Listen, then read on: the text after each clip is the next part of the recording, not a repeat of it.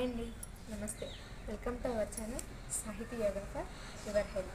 ఇవాళ టాపిక్ వచ్చేసరికి food. Good food is good for life.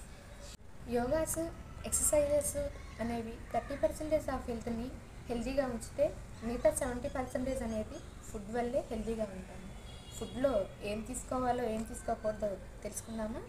Oils, no spices, no masalas, ఇవన్నీ తగ్గించుకొని కొర్రలు, రాగులు, జొన్నలు, అలాగే గోధుమలు, సజ్జలు ఇవి ఎక్కువగా వాడుకోవాలి.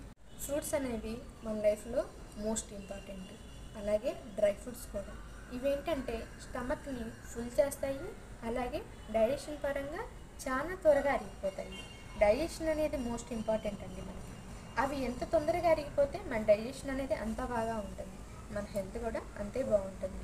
ఇవి తీసుకుంటూ యోగాసనాస్, ఎక్సర్సైజెస్ తీసుకోవడం వల్ల మన హెల్త్ చాలా బాగుంటుంది.